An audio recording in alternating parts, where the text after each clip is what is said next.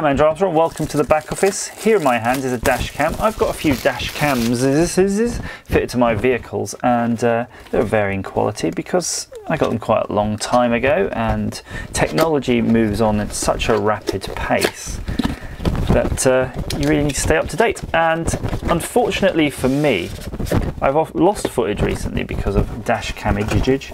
So I went to look for a dash cam that supports all of the things that could be really useful. So we've got here a 1080p, two cameras actually. It's got a 1080p at the front and a 720p pointing backwards into the car. It's got GPS, it's got Wi-Fi, so you can actually log into it and get the data off it.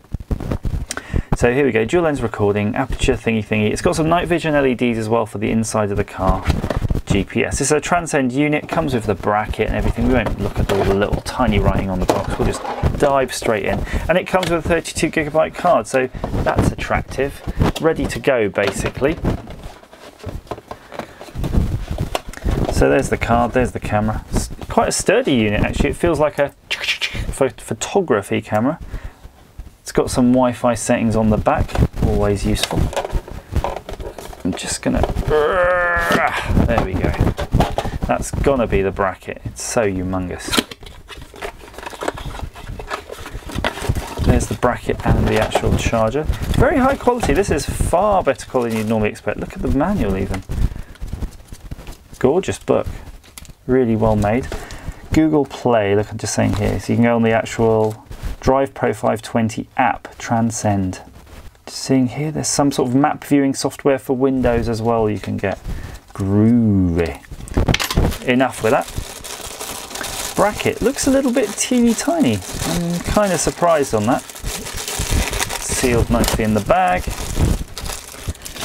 It's reusable. It's not like the ones which sort of bond permanently. It's quite small, so maybe it's a small one but a good one. It's got that nice clamp feature.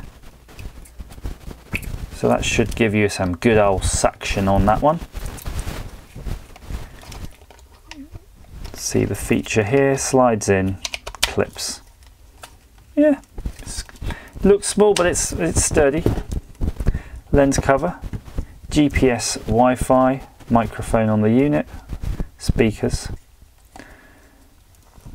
That's a nice feature. The camera can be rotated and it's a really smooth action. It doesn't feel gritty or anything. Brilliant. This red button on the end, apparently if you have if there's an accident or anything you see or you witness something interesting, you hit this and it'll make sure the recording's saved. I think it's got an automatic accelerometer dealie inside, so if you do get into an accident it does that itself as well when it detects the sort of G-force or the shock. Pop that in. It's a mini USB. So if you've already got a car system and you have a hard wire already in there, probably will fit because it'll work obviously with the older standard. Let's see if it's got some juice. I'm holding the on button while I'm peeling back the layers.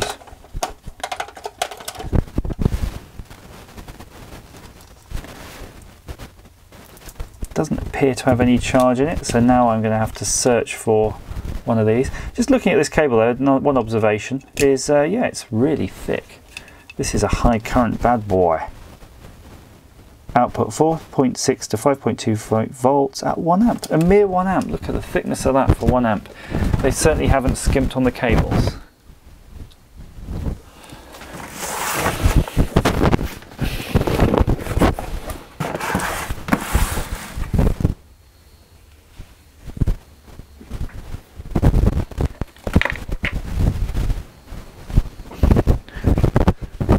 Success! A USB micro. Sometimes, you know, these are going to get quite hard to find, I think, in not too distant future because everything is macro now. Language, English, 2016. July. I'm trying to work out if this is the month for the. Don't know the date off the top of my head. Okay, let's just assume that's correct. 24-hour format, year, month, day. Yeah, year, month, date is good. That's good for sorting the file names if you keep it in that order. Okay. Oh, there we go. Take the lens covers off. So it's showing me the main screen there. And of course, let me turn this light off so you can have a better look. And of course, push the emergency recording button. So I'm emergency recording myself. Don't know how you stop that. You can see me in that sort of corner there, flashing away. I'm not flashing, the emergency sign is. Well, that's pretty much it then. If I pull the power, what happens? Kind of dies right away.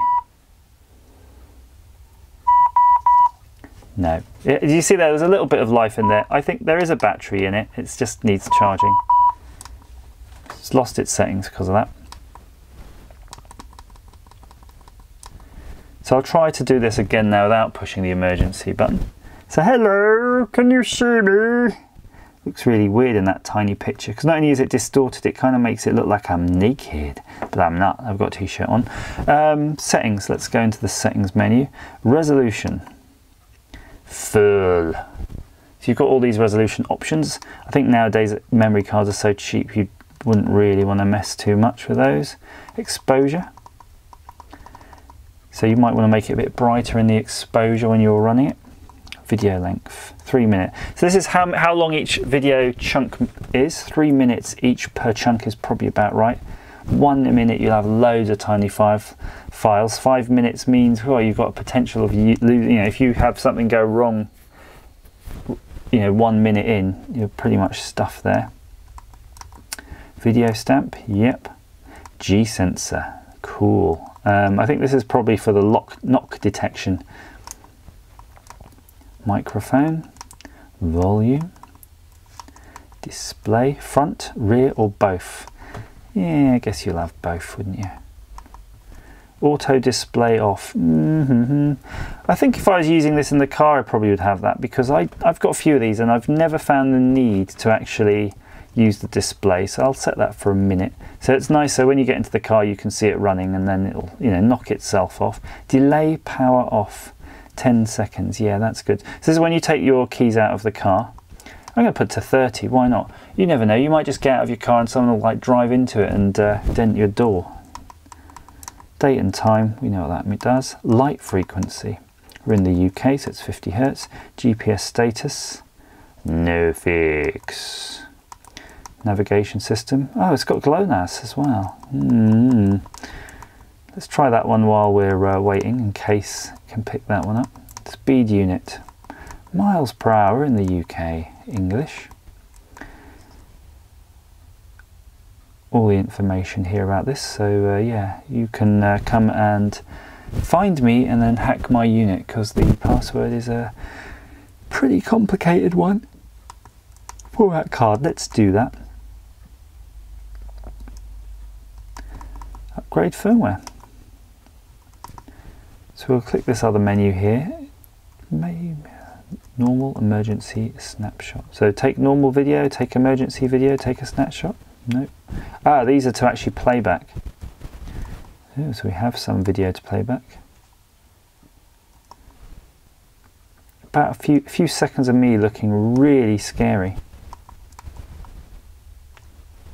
So that's 2 files. It's made a file for the front and the one for the back. So that's your A and your B.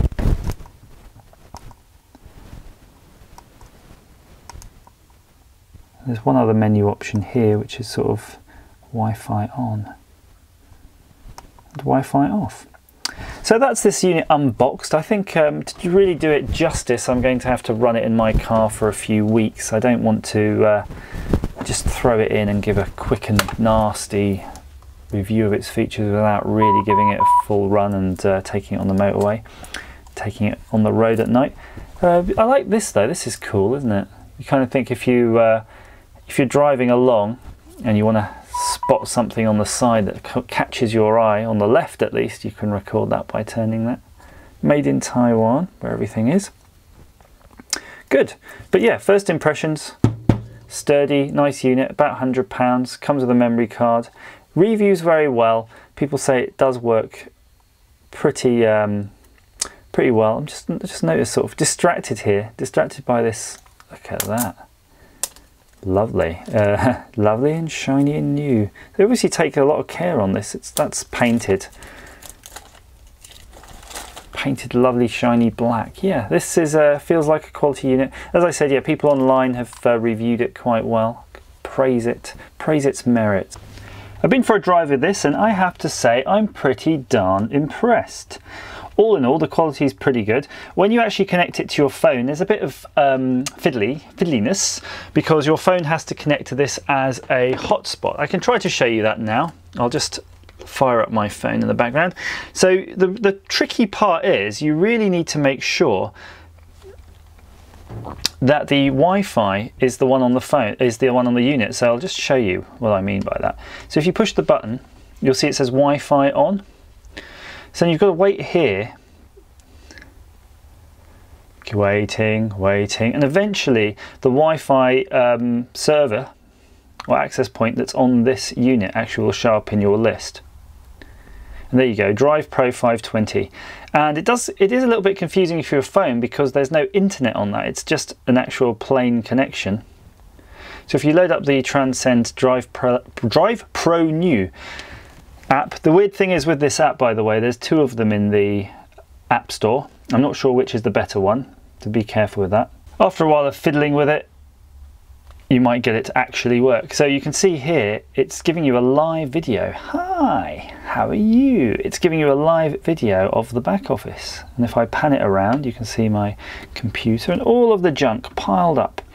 As anyone who does YouTube videos will appreciate, if you review stuff, you're going to get a big collection of boxes in your garage. So let me try a little trick here. So I've got that this way. I wonder what happens. There we go. That's kind of giving it a full screen. And I'm going to turn the secondary camera around.